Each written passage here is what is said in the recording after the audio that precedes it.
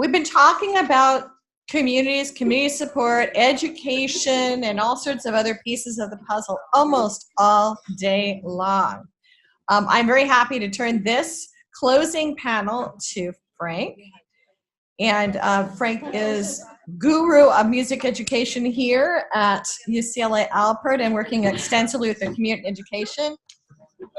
They're trying to sit in order to make your lives easier. So you can find, going down the road here, Mark Slavkin from the Wallis Annenberg Center for Performing Arts. Is Arabian not the right order? Okay, he's screwing the whole thing up. Arabian Prince, who just changed his hair color. What the heck, dude, are you doing there? Okay, Arabian Prince, who I know from Innovate Next Open Labs, Crystal Starr, Little Voices.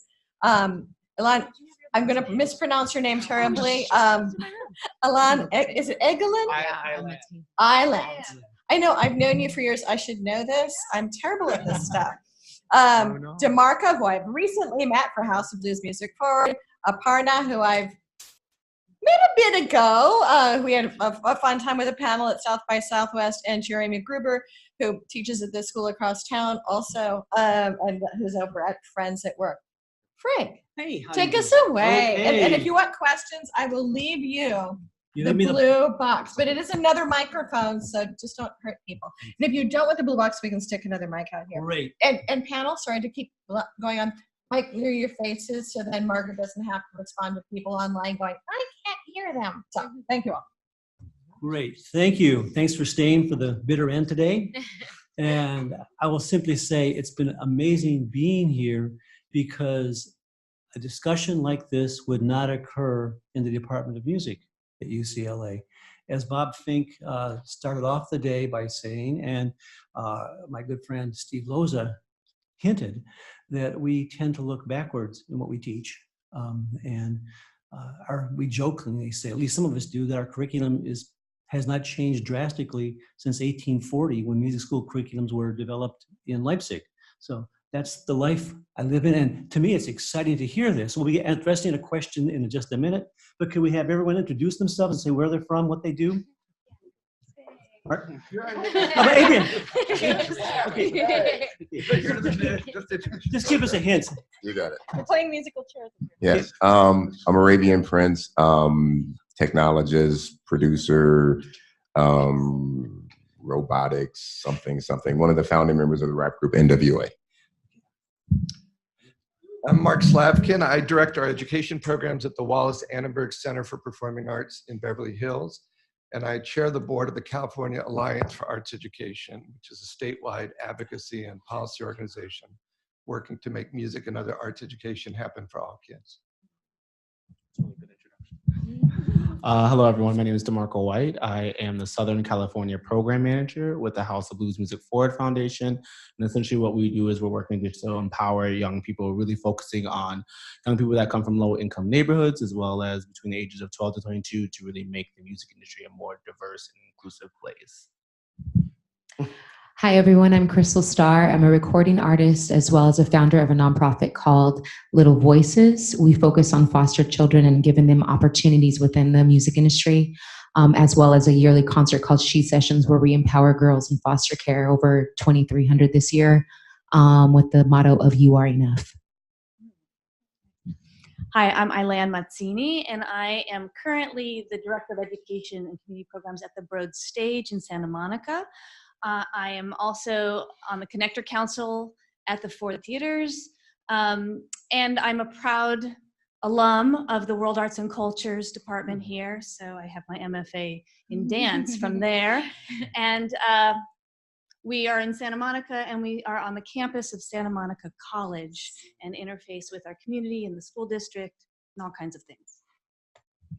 Hi, Aparna Mukherjee. I am the first executive in residence at LA 2050, which is a grant program from the Goldhirsch Foundation. We're just finishing up judging the $1 million grant sprint that is about making ideas that make LA a better place to live, connect, play, learn, and create.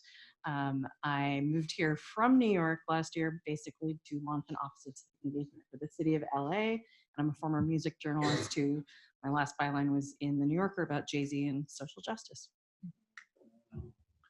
My name is Jeremy Gruber. My primary job, I'm the head of digital marketing and strategy at Friends at Work. We are primarily a management company. We manage John Legend, Lindsay Sterling, Raphael Sadiq, and also do a lot of social impact work. So, for example, with John, we do a lot of work in criminal justice reform and equity in education. And then I'm also the child of 2 music educators, and I am an adjunct professor at USC. Right on. Sweet. And so you survived being the child of 2 music educators. Yeah, I did. You're still here. That's quite a story. Anyway, we had a wonderful discussion beforehand preparing for this, and we're going to just ask this kind of question and have people put their hands up and just go at it. How are the ideas and emerging platforms that have been reflected in discussions all day long here, how do they appear in arts education programs? Okay, how are they translated into what's going on in arts education? How are curriculum constructed, and how are the work of new curriculum being shared amongst arts educators in schools? And how might the work of all the different participants in this room contribute to better arts education at all levels? So who would like to give it a start? Okay, Mark. Yeah, Mark, you start. Just a couple points. It's a great question. If we wanted to find the most change-resistant, tradition-bound, bureaucratic entity in which to make change, probably the top of that list would be K-12 education. And I think, and I spent a lot of my career and still do, how do we improve K-12 education? I worry, though, that it's sort of a dinosaur institution that fundamentally isn't going to change in the way that we want. And so the most important work going on is not so much internal to those systems, although we can definitely talk about that. I was a school board member in my prior life. The most exciting work is represented by some of the people on this panel that isn't waiting for schools to change, because that could be a 100-year wait, and kids don't have 100 years, but are creating opportunities in neighborhoods, in communities, online, through nonprofits, through partnerships with other community-based organizations, working in the juvenile justice system, working with foster youth. To me, that work is really exciting, and it's happening, and is where the learning is going to come from. The last institution that's going to catch up is schools, and I worry that public schools just won't be a viable entity by the time this infiltrates them. So, not to be gloomy about it, I'm fundamentally optimistic, but I don't think a school-based strategy is the place to put all of our marbles or all of our eggs when we know change is so difficult in that context. And the last thing, and I'd love to get Frank's take on it, is what kids need in music education today and what they want is very different than how music education was designed. Yes. So if kids are immersed in music on their way to and from school, and their earbuds are in their ears all the time, and they're just, swimming in amazing access to music, and you ask, how many of you want to join our recorder class and learn musical notation? We're going to play Mary Had a Little Lamb. That's not the music education kids want to need. And yet our institutions are so grounded, well, that's the way it's always done, and you need to know that before you can know this. So we need to really reimagine music education. And I work a lot at it, so I don't want to be perceived as abandoning public schools, because that's much of my work. But I'm more and more cynical about the ability to change those entire systems. Mark, you're wrong on one thing. The university is even more difficult to change in K-12 education. Okay? All right, I stand correct. More thoughts? Another panelist? Yes. Okay, so to piggyback on what you said, these kids are ingesting information at such a high rate right now, especially music. So they're listening to music every day, all day. They go home, they get on YouTube, they watch all of these amazing artists. If they want to figure out music, they go to YouTube and they can figure it out. So they don't need to be in a school program. I'm not saying that they shouldn't, but there are 14-year-old millionaires on social media who are musicians, they're artists, they're successful. They got more followers than I have. And I've been doing this for 38 years. And they're like ready to go now. So in school, it kind of slows everything down. And I think part of the thing that we talked about in the room back there is, yes, we need to teach the students, but we also need to teach the teachers to listen to the students and say, well, what do you want? And it's like, well, we want to do trap music. Well, I think you don't, that trap stuff. I'm like, Same thing was when I, started rapping, all that rap stuff. And then, before me, my parents, all that Beatles stuff. It's always the same. This is their world. This is their music. We have to kind of teach them how to create their own future instead of kind of bringing them back to ours. Yes. I think to build on that point, we were having a kind of pregame conversation that was talking about that connective tissue of what do we want to see have happen when we have really great music education that hits all of the things we aspire to, but what are the outcomes? And the part that teachers have, which is the big benefit that your AirPods or earbuds don't have, is the in-person offline interaction. And so a lot of, I think, what we ended up talking about was, what does it look like when you, besides the YouTube, if you can see it, you can be it. What's the part where you have deep, actual experiential things that happen outside of the classroom as well as inside? And one of our examples that, as we're evaluating these winners, our create categories, creativity, but create like in workforce economic development. Those two parts of it really map to this. So when I think of the projects that kind of go, hey, let's show you a bunch of things, versus the part where you're actually sitting there at a soundboard, that you're actually getting that experience. It doesn't matter to me whether you're talking about vocational or inspirational. It's the hands-on part where you're offline. Yes.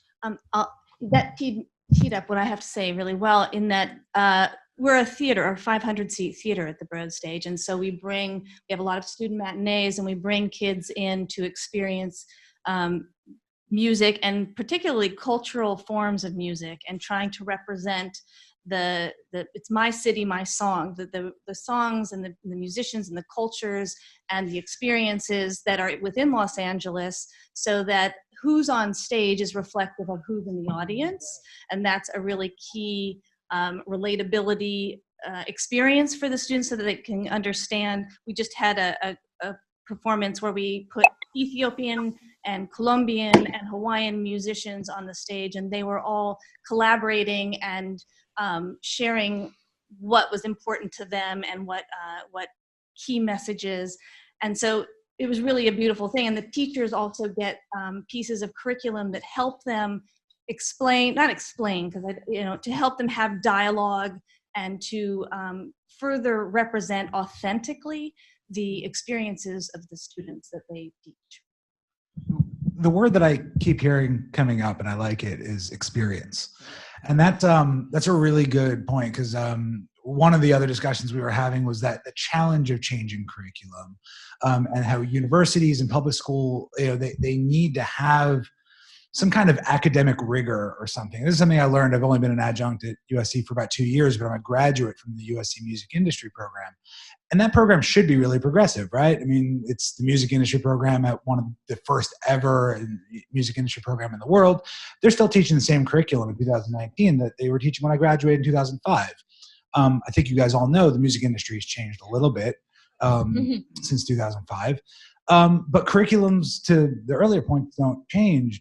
But some of the earlier points, all of the information in the world is available. If you want to learn how to play guitar, flute, violin, it's available on YouTube. What's not available is experiences. And I think there's some great people on this panel who could speak a lot better than that. But like, they're providing experience to the youth is an amazing thing. Yeah. I think I think what's important as I'm listening to all you guys is something came up to me, is starting where they're at and how to make that better. I'll give an example. A couple years ago, I was invited to come and teach these kids in the Watts Middle School how to write a song. And when I went in there, the only instruments that they had were pencils, and they were banging on the table, and all they wanted to make was beats. And the first thing that somebody who is not from that area would do is say, well, let's give them a drum set. Let's give them this and that and this. And that's not what they started at. That's not what they know. They know pencils. So how can we make where you're at better and not put down where somebody's at, but make it better? How can our education make what they're doing better?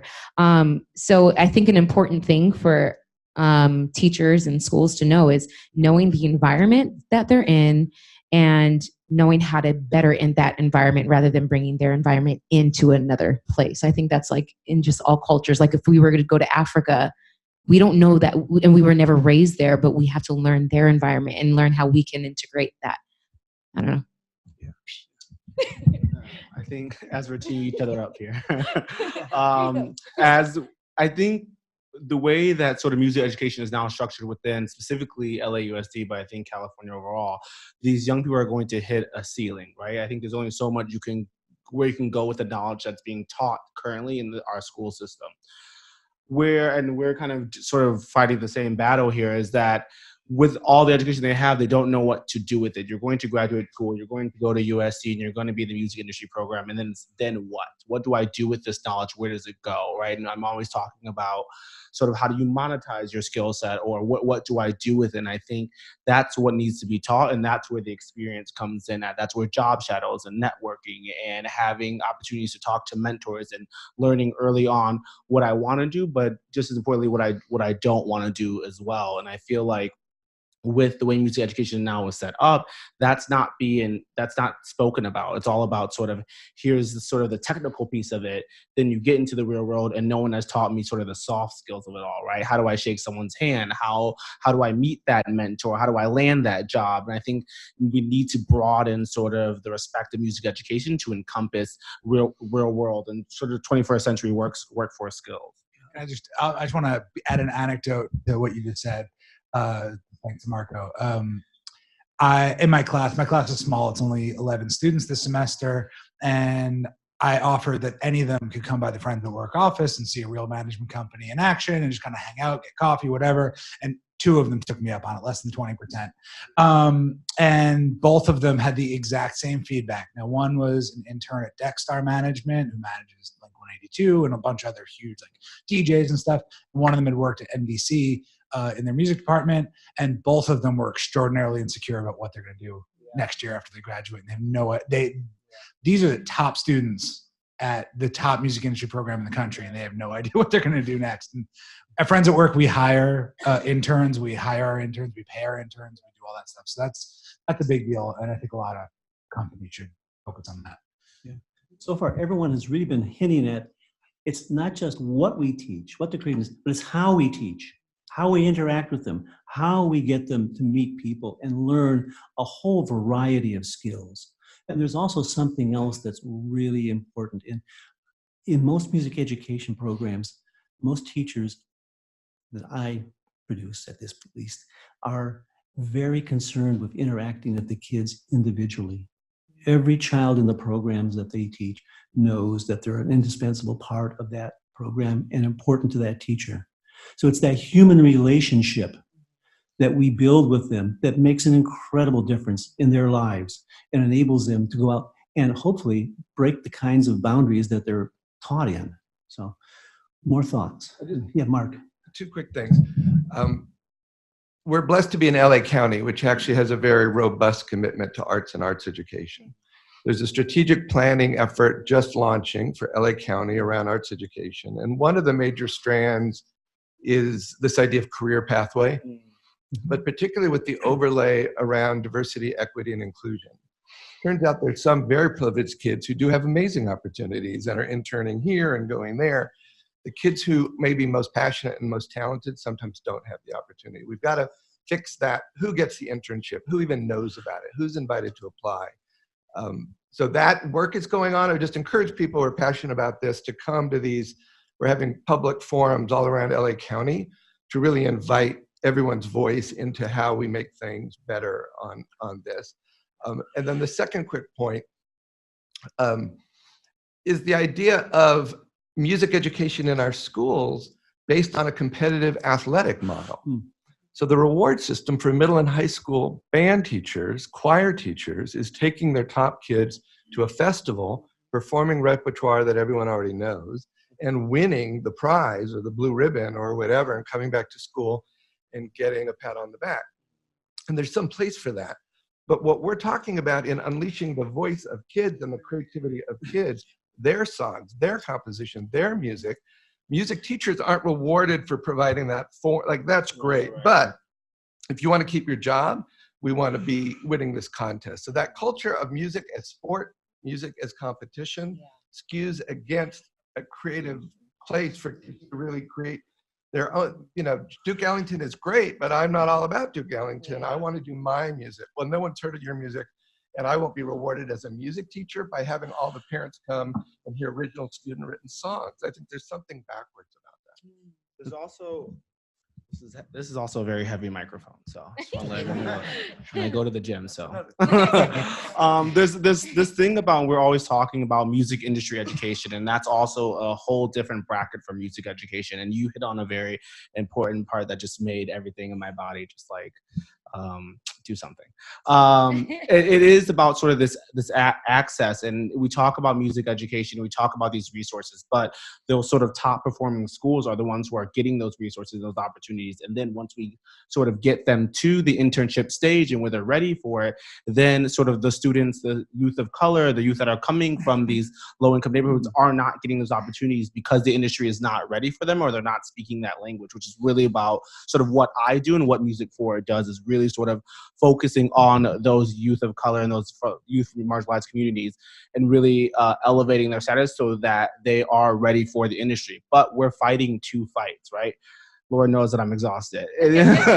We're fighting sort of the battle on the music education and the school side, but then we're also fighting the battle of the industry as well. And I'm sure everyone here knows, specifically the students who are in the music program here, is that the higher up you get within the music business, the more homogenous it is. And so the music industry is just not sort of ready, not on the performance side. I think on performance wise, we are killing it. We've got Cardi, we've got Beyonce, like we are killing it in terms of having people of color represented in the music industry, specifically now with all the download bending. But in terms of like that corporate and that business side, it's such a hard fight, and it's such an uphill battle. And I think that's also something we're not speaking about, because I can empower a school in Compton, and I can make sure that they have the resources and that they're ready and that they're educated. And then once they hit the real world, they're like, hey, thanks for coming. And so I think there's so many battles going on, and I don't have the answer. I just like to just address the problem and hope someone else gives me an answer. I think picking up the heavy mic and the baton on this is Mark mentioned something, and you alluded to this too, that there's, when you say in community organizing, nonprofit, philanthropy world, DEI, people know what you're talking about, because it has been something that's almost like an overlay to say that we're doing it. What gives me a lot of optimism about music is the idea that the thing about the current state is that homogeneity fades away, because we have these, an earlier panel was kind of talking about how, whether it's Instagram or social media posting, you have a certain sense of you have to show up. That means that plurality of voices is way louder. You can hear it a lot more. So you don't have to fit this niche kind of piece. I think of, Lizzo and taking over Coachella's Instagram. Like those are voices and images you wouldn't have seen even like 8 years ago. So the idea that, again, the seeing it happen, but then how do we take that piece, which, there's a much higher bar for something like the film industry. The very traditional film industry, I'm still a newcomer to LA, but this is an industry town. And while music is a part of it, I think of how film is, the Skoll Foundation and CAA just had a big social innovation in entertainment report. Music was a footnote in it, but the fact is that music has a lot more different pathways to success in the mainstream. And so that gives me a lot of optimism. The question of how do we kind of see that flow through at every point of almost like the supply chain for it, that's, I think, what our challenge is. If I may just speak as an artist now, I think that for me, my personal story is I have never been signed, but I have done it the hard way. I've edited my own videos. I do everything my own, not because necessarily I wanted to, because I had to. And I'm usually the quietest one in the room. I'm really shy. And so usually the loudest one gets or the squeaky wheel gets the oil, right?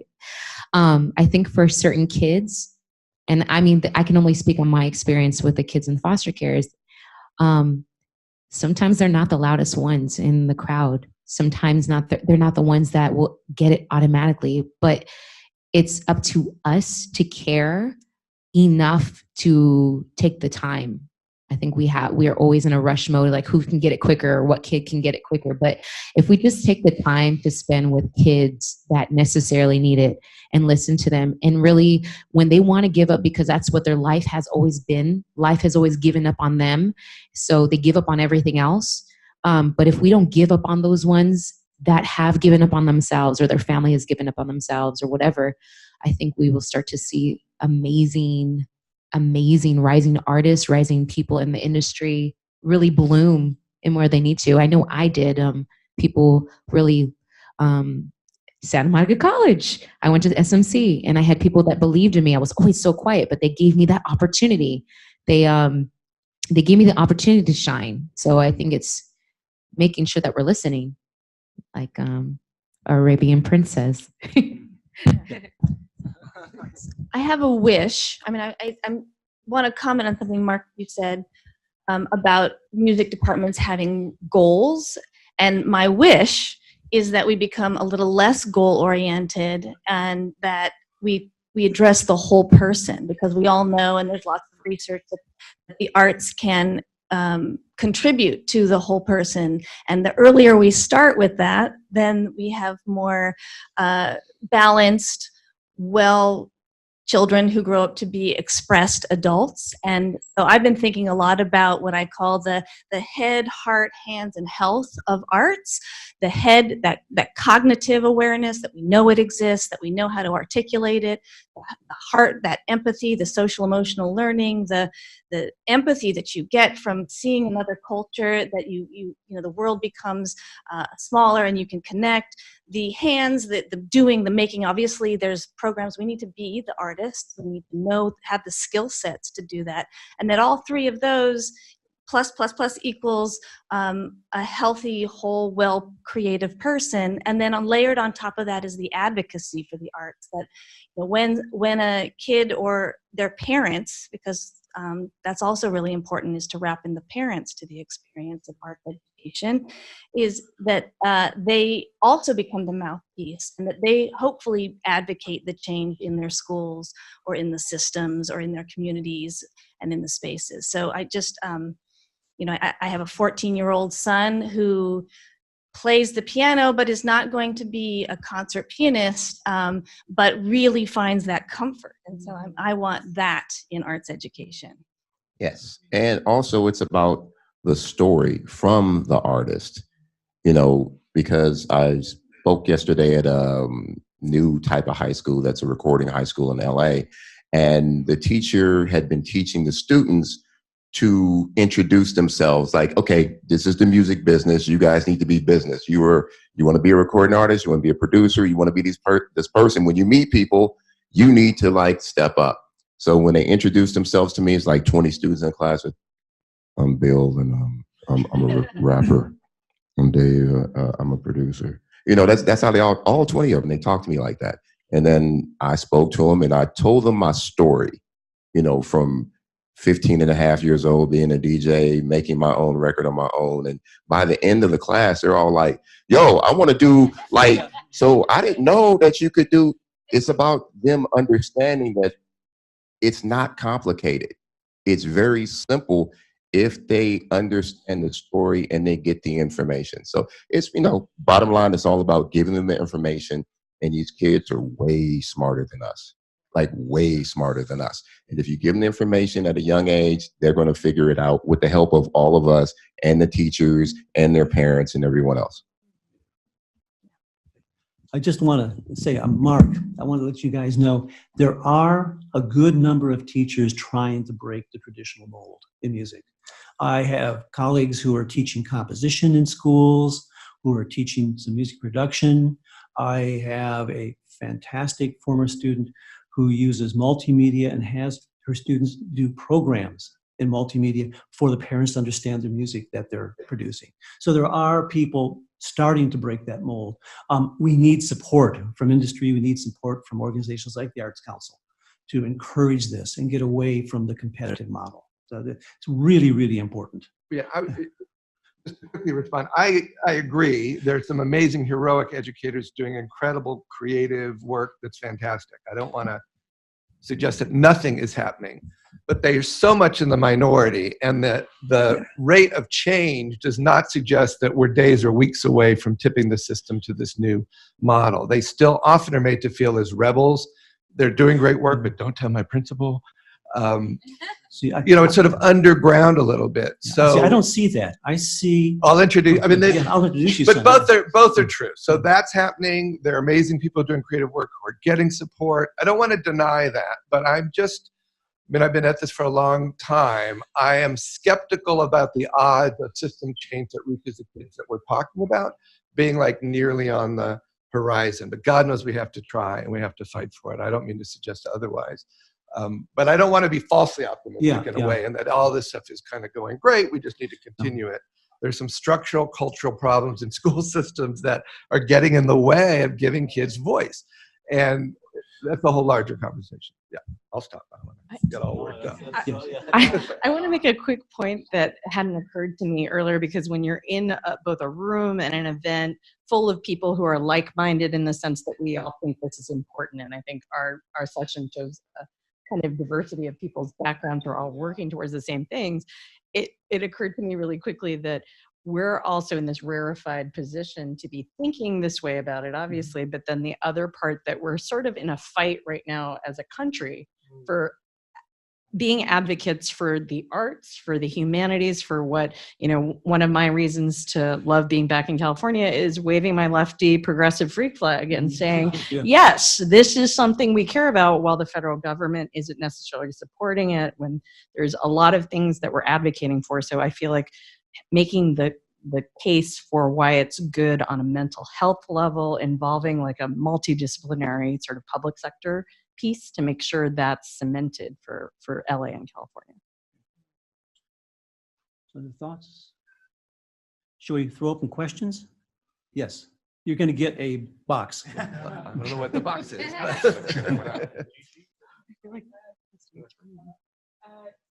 Alicia Fire. I work for the LA County High School for the Arts, so I'm invested in these issues. And I was wondering if we were talking about why is music, and I've gone through the classical music education myself onto a much more experimental program in college, so I kind of have the whole gamut of electronic music all the way to practicing Mozart. And I was thinking as you were talking, I wonder if the part of the reluctance to change from a traditional model is that it's so measurable, and that all K through 12 education has moved so much toward what's measurable and testing. And I feel like that's being reflected maybe in the reluctance to change from a classical model that's like, well, they played this piece with no mistakes, so that's measurable progress, versus how do you measure, well, this song is so creative and produced so well versus this song is less measurable. So I don't know if you have any thoughts about that, or how to maybe change perceptions of what is musical value away from measurable goals versus something else.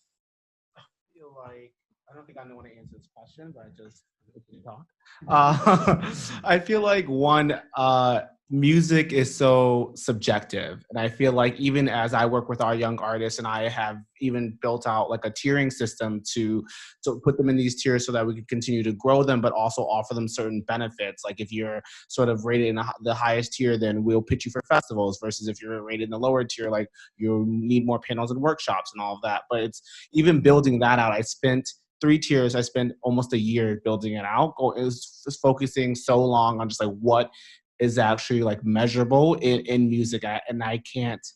It's so subjective. What I think is good and what I think is measurable, you're going to come back and say that it's not. And even with sort of the nonprofit sector, so much of what we have to measure it because we need funding, and that's how the grants and everything sort of work. So I don't know, moving away from this system of measurement is ever going to happen. I'm so curious to hear about what everyone's advice on that is, because so much is tied to it. I will just say, about 4 years ago, I was at a national meeting, and we were introduced to 4,000 benchmarks for music education. And I turned and looked at the friend sitting next to me and said, my God, if we did that in sex education, kids would be impossible to have babies. I mean, it's just the way education's gone. And yet we're beginning to find from anthropology and cognitive science that things like synchronicity is a human need, functioning together in groups like Having communal intentionality was probably a reason why humans became cognitively, psychologically the way they are. And these are things that we do through music in schools. It's going to be longer than it will take to change the schools to get these ideas across. But we need to start working at things like this. Yeah, and I was going to say something too. We are not lemmings. You remember that game, the Lemmings? We're not lemmings. And we're all creative in our own right. And one thing my mother passed on, but she was a classical pianist. She tried to teach me piano. I wanted to be a football player. I learned chopsticks. I learned a couple little things that, whatever I didn't want to learn. But I picked it up because she played the piano every single day. And when I started producing, and she didn't know my uncles were feeding me with Parliament Funkadelic in this ear, Prince and, other P-Funk and all kind of crazy stuff in this ear, and Kiss, well, I asked about that one, and Kraftwerk and all of these crazy things. And I started producing music, and I would let her hear that, and she would go, well, why'd you play that chord? That's not right. That doesn't fit. I'm like, but does it sound good? She goes, yeah, it sounds good, but you should have gone the progression to here. So my point is, I still don't get why there's a standard or this thing. It's like, if you look at the biggest artists in the world, they're different. That's right. They're the ones who were the successful ones because they went outside that box and, played a note or sang a thing or did something that's totally different. That's why I love your stuff, by the way. I watch your videos. But anyway, it's just being yourself. I think that's what we need to promote is be you and don't be afraid to play the wrong note and go, yeah, I like that. You don't have to like it, but I like it.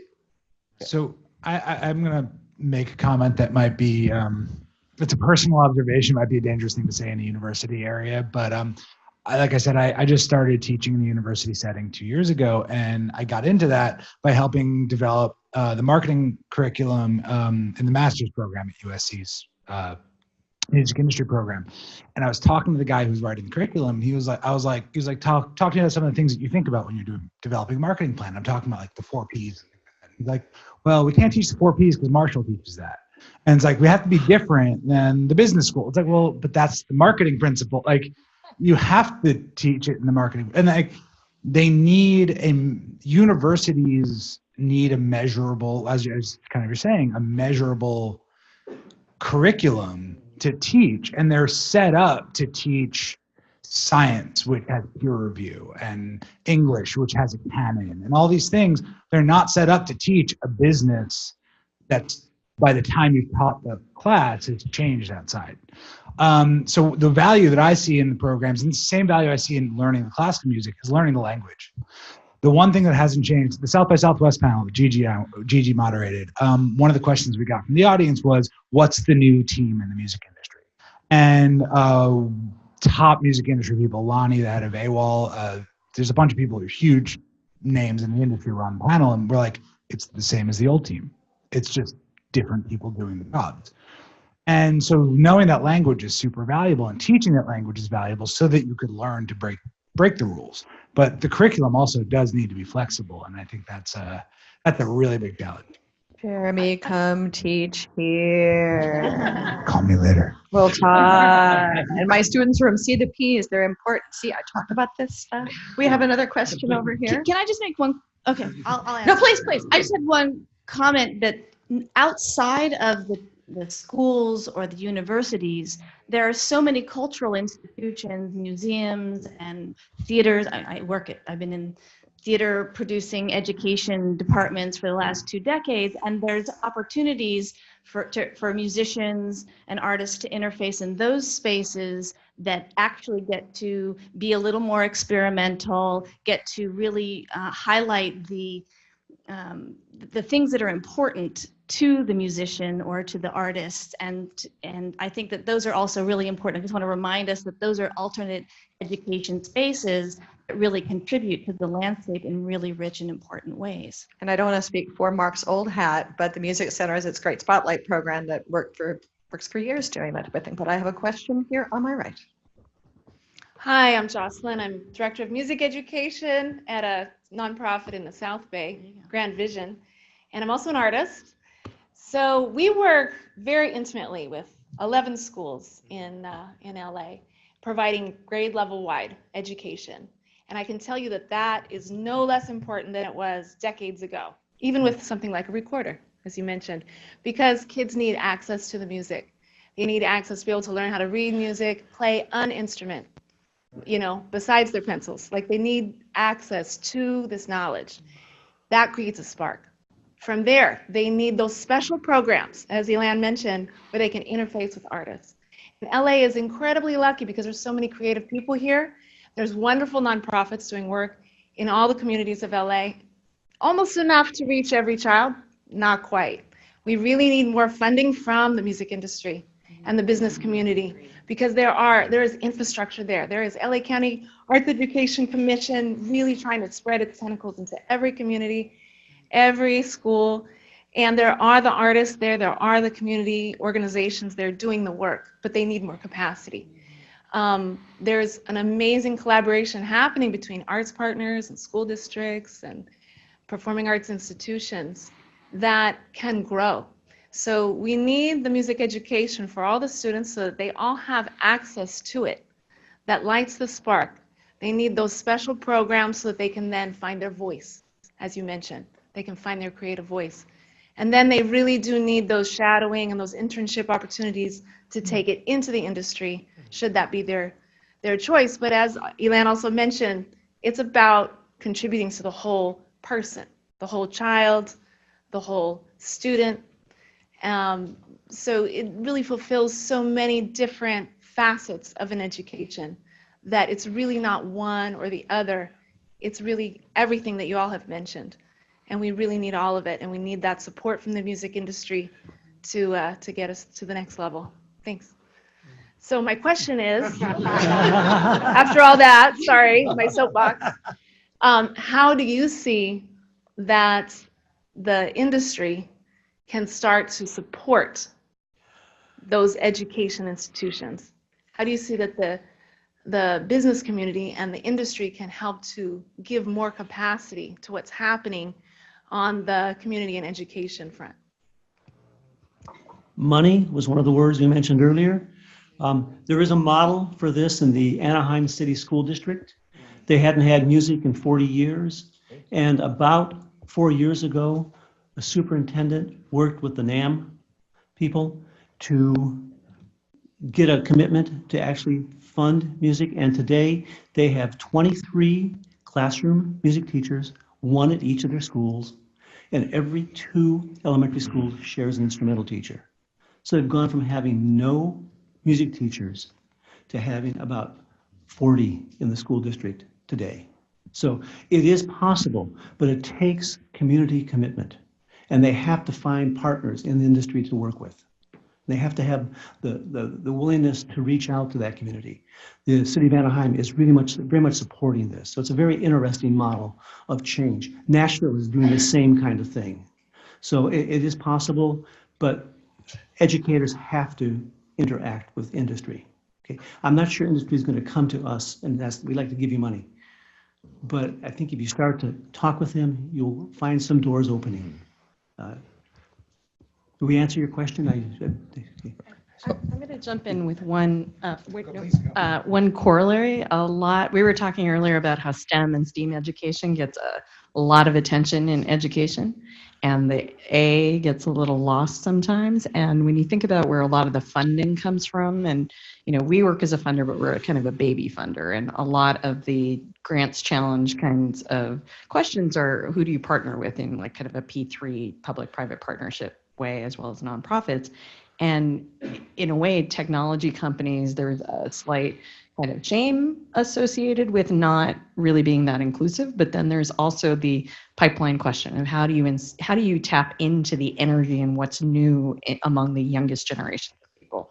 And I'm not sure if the music industry necessarily feels that urgency in quite the same way. And I think when we're talking about emerging platforms, especially, and when we were at South by, we talked about spatial 360 audio, for example. Like, where are we seeing the creators come from and the people who can actually produce and create those for those platforms? That could be a mechanism too, where when you're looking for not just a one-way direction of philanthropy or doing social good, that you're doing it because it's what's going to sustain you, and that's part of the future of the industry.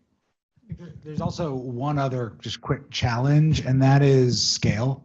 You wouldn't know this, but John Legend, donated a bunch of Cisco Spark boards to a bunch of underserved communities and communities of color, and Cisco filmed a bunch of content about it and put it out there about creativity and communication. He appeared in a video in a recording studio. He wrote a song with a bunch of kids over the internet using a Spark board, and it was like Cisco was donating money, John was donating his time, and there's he wasn't paid for that as a marketing program. You wouldn't know that. That was a small thing. Scale is really, really challenging, and doing this at the United States is daunting. I just add to that. That's why we have government. National government, state government, county government, school district government. Arts advocates, and I would include maybe all of us in this room, are suckers for the idea that arts must be charity and that it wouldn't be legitimate to ask the school district to pay for this whole thing, even though the school district budget is so much bigger than ours. So there's a codependency on arts as charity that makes everybody feel good, and we're stuck in that model. So we need to push back. All the partnerships are fantastic, so I'm all for that. And I love what John Legend is doing, and all the collaborations are great. But this charity-based model it's like starvation in Africa. Until you teach people to farm, they're going to be relying on people giving them food forever. So we need to push harder on our advocacy message that why are there not bake sales for math education? Why aren't we asking the industry to pay for English classes? It's the art people who have sort of assumed in California that's, I guess, just the way it is. It ought not be that. And there are great models around the state of school districts making major investments, public tax dollars, arts for all the kids, all the grade levels. That is the only way to get there. It's not going to be one grant or one donation at a time. Go ahead. I was going to say, I agree. I think I'm in that situation where I do these big concerts for kids and get them involved and get them to be in situations where they never were going to be able to work with this kind of artist or put them in different situations. But I think one thing for me that I've decided was it's even with money, because money's always, they always say, if you don't have the money, you can't do it. I don't believe that at all. I think the music industry does want to help. I have friends, the head of ICM, that I told him what I'm doing, and he's like, this is incredible. How can we get involved? There's ways to do things without money. We don't always need money. Yes, we do need money. It helps. But there's also ways to get around it to do what we need to do. We just need to just do it, and not let that issue stop us. If I would have focused on money, I would have been stopped before I even started. And so I think that it's important to us also to know that when people see what you're doing, automatically they're going to help. That's what I've received. Common came and performed for the kids. I mentioned to him, and he just came. Andra Day, Judith Hill, all these people, they just see, they know that there's a need. So I think that the music industry does want to help. Sometimes they just don't know how to, if that makes any sense. There's one more thing. In the school districts change in law, something called the local control funding formula, which requires that the funds in a district be distributed by a panel of administrators, teachers, and parents. And I have seen school districts which have so wanted more music and arts for their kids that they've pushed funds that direction because of this formula. You have to be proactive. It's difficult to do that in a large district like Los Angeles, but some of the smaller districts has been very effective. And I have a question too for the audience here. Who here drives a car and doesn't have to put gas in it? And don't say I drive a Tesla. I mean, you still got to plug it in. You have to fuel, your car or transportation. And I think the companies that benefit the most from arts and music should be the ones driving this. Apple, where you at, Apple? Apple makes more money on music than even the record companies. and they're not putting that money back in to fuel it. If they would put just 10% of that money back into the communities, they would make more money. But they don't see that. And people are telling them every day, but they're Apple. I guess I'm the next question. I know there's other people who want to ask questions, so I'll try to make this brief, but it looks like we only have about 5 minutes. And again, I've been teaching here for 34 years, and we become insulated, but we have music students. That's what they are. So again, there's a disconnect. You know, why I should be working with all of you because you have such great ideas, and you all have your own story about how you were able to penetrate the working world, the private sector. Even though some of you work for institutions, those are all funded by various sectors. Now, I remember years ago a development person who I don't think is here anymore telling us, oh, in the area of music, you should really concentrate on the classical arts because that's what donors are interested in. So in other words, sort of like the LA Opera model, you know, a lot of rich people give to that organization. So that was his message. Now, how are we going to serve? I know that Arabian Prince, you said that, yes, we are diverse in the music world. Most of the pop artists, or a large percentage of them, are people of color who have come from underprivileged areas. But yet, those students are the most difficult to get into a school of music like here at UCLA because of SATs, because of a lack of scholarships, because of the cost, the economics. You know, my dream is to start a conservatory for the students who can't get into all of these prestigious schools, but who have talent. Because you can teach one of those students to orchestrate in a year. But where would I get the money for that? So do you see what I'm talking about? The money is funneled in a certain way, yet the music industry supports artists who have talent. I'm not putting down opera or the classical arts, but do you see the conundrum that I'm talking about? And do you have any response to that? Yeah, so I'm gonna say one thing, and this is crazy. If you, there's no way to pipe this up here, but for those, if you can remember this name, David Axelrod, and some of you who are, yeah, famous composer, you know, one of the greats, right? David Axelrod did a song called The Edge. And there's a video on YouTube. You've got to go and see it. It's him with his orchestra playing his song, The Edge. He talked about how he was able to be there. You know, they couldn't pay him a lot of money to come, so he would have to pay for his own room, but blah, blah, blah. But now he can stay in an Airbnb and do all of these things. And at the end of this whole speech, he goes, "Thank you, Dre." Dr. Dre sampled his song that was an orchestra song and turned it into Next Episode, which made this guy millions of dollars. So my thing is, this was an orchestra song. This was, you know, a piece of sheet music that Dre found on some record and sampled it. And now this guy is worth millions of dollars, and he's thanking a rapper for opening up a door for him. And now all of these other amazing composers are benefiting, you know, from sampling and stuff like that. But my point is, it's all music. There shouldn't be doors closed or barriers for this. And universities and high schools and, you know, city colleges have to open their doors to creative people, because there are, one of the schools I was at, there were these two basketball players. They were destined to go to college or, you know, pro. But like you said, the grades, they didn't have the grades. So I said, let me talk to them. So I talked to these kids without the teacher, and I said, tell me about basketball.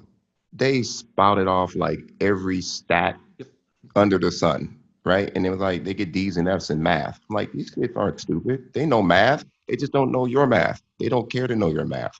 So we just have to figure out how to teach these kids in the way that they want to learn. And I think that if we do that and get rid of this whole, oh, well, you don't have a high SAT, you can't get in this university. No, what is this kid? This is a good kid. This kid wants to do something. Let's get him in here and make him, you know, that next person. So that's just my vision. I might be wrong. I think it's all also what's very exciting about the music industry is that there are so many different pathways to success, and that whole knowing math or having a degree is not necessarily this is redundant, necessarily necessary. But in the music industry, like, you can get, based off of your voice, be discovered and have it, or you can go on YouTube or social media, or you can have an internship and someone could just believe in you. The pathways are endless within the industry, and so we just need to sort of just open the door and start pushing our young people through, or more so guiding them, because that's nicer, and allowing them to know what is there for them, and then sort of allowing them to find their own way with a little support from us as people who have done it before them. The question about funding, which I feel like we're not really answering, because I know that the one back there asked it as well. There's not, unlike the government, unlike sort of the school district, the industry, there's not this music industry pot of money that we're all pulling from, like Live Nation and Capitol Records. We're not all pulling from this pot every year and getting funding in that way. Like, it's a revenue stream that their companies are earning, and so unless we can really be able to, because there's sort of this thing where half the room is saying, we don't want to be outcomes driven, we don't want to be measurable, and then the other half is saying, but we want money, we want money. The music industry it's a business. We have to generate revenue, and so unless you're showing us the ROI on investing in your companies and investing in your students and in your schools, and that ROI turns into dollars, you're not going to get any money from the music industry. That's just reality. It's a bit aggressive in the way I'm saying it, but I think that it's an important note to say. Just a quick stab on that, and then can pass it on. Up until 2 years ago, the recorded music business needed your financial help. So Well, I think let me bridge. I think one simple fix to that too is also artists can step up when they make those millions of dollars. We can also do more to help those communities. Let me bridge off that, I guess, to a closing question as we end up toward the end, and things for us all to think about. We've spent talking to a blue box. We've spent the day talking about how LA is different, how it's changing, how it's diverse, how it's spread out. We've talked about, just a moment here with Jeremy, that we're coming off the bottom and heading up in terms of recorded music, diversity here in the city. We've talked a bit about how we teach here at universities. NYU is moving its film and music program to have an entire program here starting in the fall.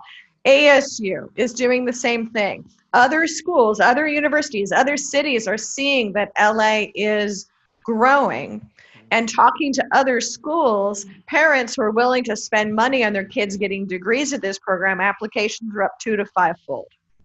So we talk both about kids who are needing assistance, who can't make it in this highly proscripted environment, to many organizations selling the future through tuition, sadly, in coming to these programs as a package success story, which, as we know, doesn't work that way either. Given this growth mode of LA and possible not growth mode in other cities, could you guys maybe share with us as a closing question? I frankly have a different closing question as well. Where you see, with it growing LA, a 5 or 10 year out model with education and community support in LA, will you see a change? Will you see additional support as the industry maybe grows? Or kids thinking this is the interesting area to go into and a big battle, Hunger Games to get into this? What is this world going into? And if we can maybe hear from folks as a closing. Oh, am I going first? You can. I have a weird answer to that. I think we're going to find less people joining big companies, more people starting companies and doing it on their own. I think as the education, as people learn the language, as people get more resourceful, I think that's more what I'm seeing. I think less people are interested in the office at Universal and more interested in being Pat the manager.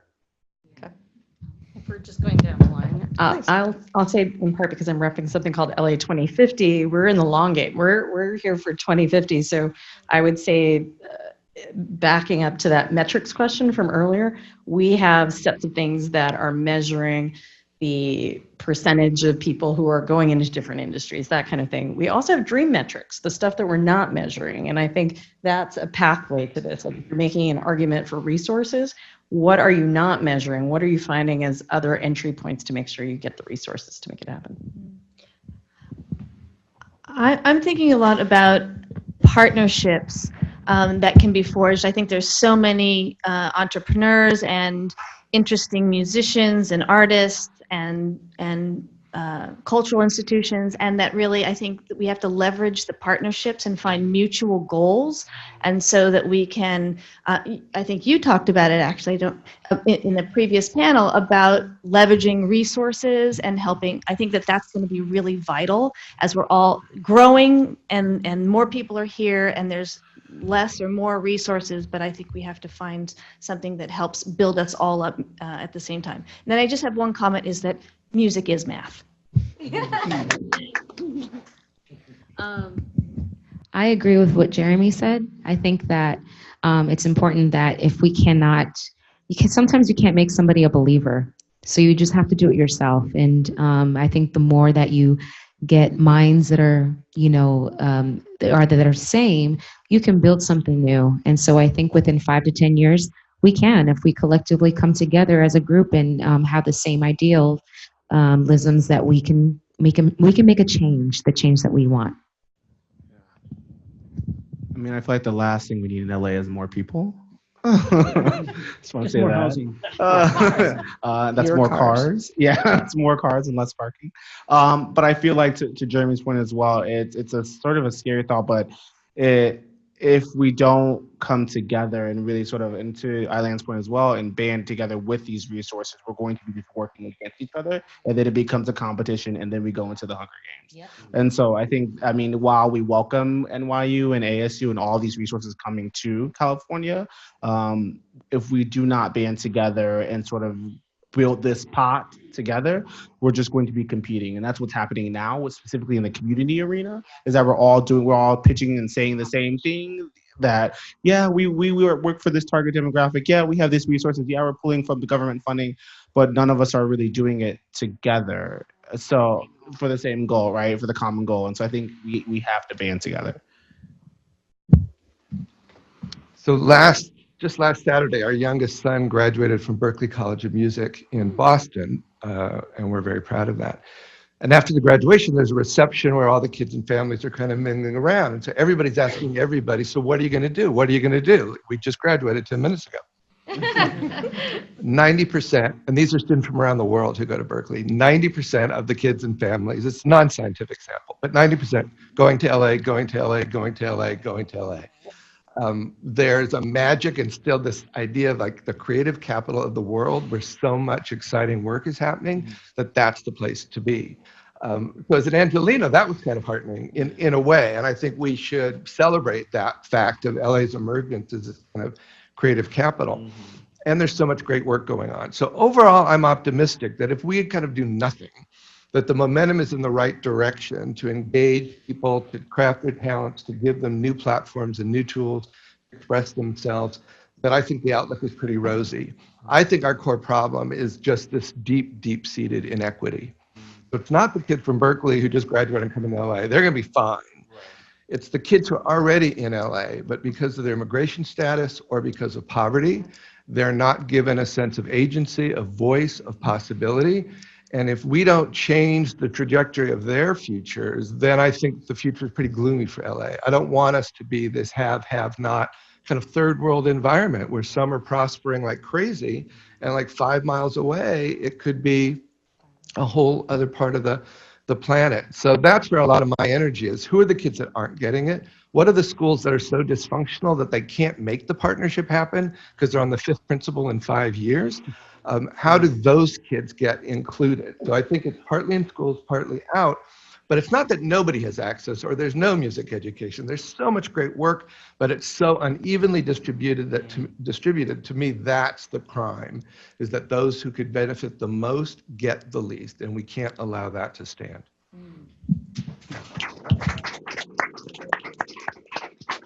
Yes, and I totally agree, being born and raised in Compton, but one thing I gotta say is change is already here. When I was trying to make money, my first job was in a shoe store. These 15-year-old kids, their first job is social media influencer. They're making money at home, sitting in their bed. Parents don't know what they're doing. They're like streaming and, tweeting and Instagramming. and they're making money. And we need to do more in the inner cities, but the inner cities figuring it out on their own, and that's what's happening is when you're hungry, you figure it out. But the problem is we have to give them the tools, like you said, and give them the resources to break out and become that next thing. Like I've always had this thing, and people get mad at me when I say this, and as Gigi knows, we do a lot in the inner city, but I keep trying to bring the kids out of the inner city. Like, okay, yeah, we can build something in Compton, we can build something in South Central, but they're still in their neighborhood. They don't get to see. When I bring them up to Playa Vista, they go, oh my God, like that's Google, that's Facebook. Who's that dude with that Ferrari? Is he famous? I'm like, nah, he's an engineer. He's an accountant. Yeah. So we gotta kind of get that rope and start pulling like this and giving them that message that don't be scared to drive 5 miles out your neighborhood and see what's going on. Or we, as a collective, bring them out and just spend our money like all of us do now. We all up here are doing our best, but we got to get these bigger companies to come with us and do that too as well. Yeah. And I see young people as they better educate themselves, they do this streaming and so on, they're going to force their own teachers to learn to teach in new ways. And then eventually, when they go into college, they might force some of us old guys to learn to teach in new ways. So it's a very hopeful future from my perspective. It will take a long time. Okay. But I really think that it's going to be the younger generation which forces the change. So that's my last 2 cents. Round of applause, please, for this fine closing panel. Thank you, guys. Thank you, guys. I walk with Blue Ox. Thank you, Frank. We left not much time. We're done, right? You guys are fabulously done. And you guys are all almost fabulously done. I will leave you with a rhetorical question. We left on February 6th with a couple questions. One was, why is Los Angeles not suffering the same problems as many of the cities that we heard on the Brady Bunch box that we had earlier today of all the faces from all the different cities? What makes Los Angeles different, and what could we do to amplify it? I think we've had a lot of those questions asked today. My question to you all, and many of it was just prompted by the last panel, is what do we do together to amplify going forward? So please, before you leave today, meet a couple people you haven't already met in the room. I know I've been urging that across the day because some of it is to know people here. We will keep reaching out to you from this group. Thank you for being here today.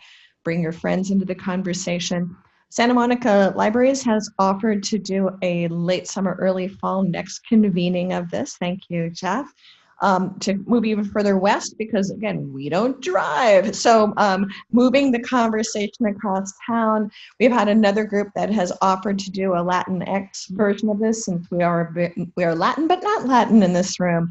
And so we're kind of missing a big chunk of pieces of the conversation. That may be September, October. Would you or yours like to host a continuing convening? Or what do we do next to spur these conversations and programs along?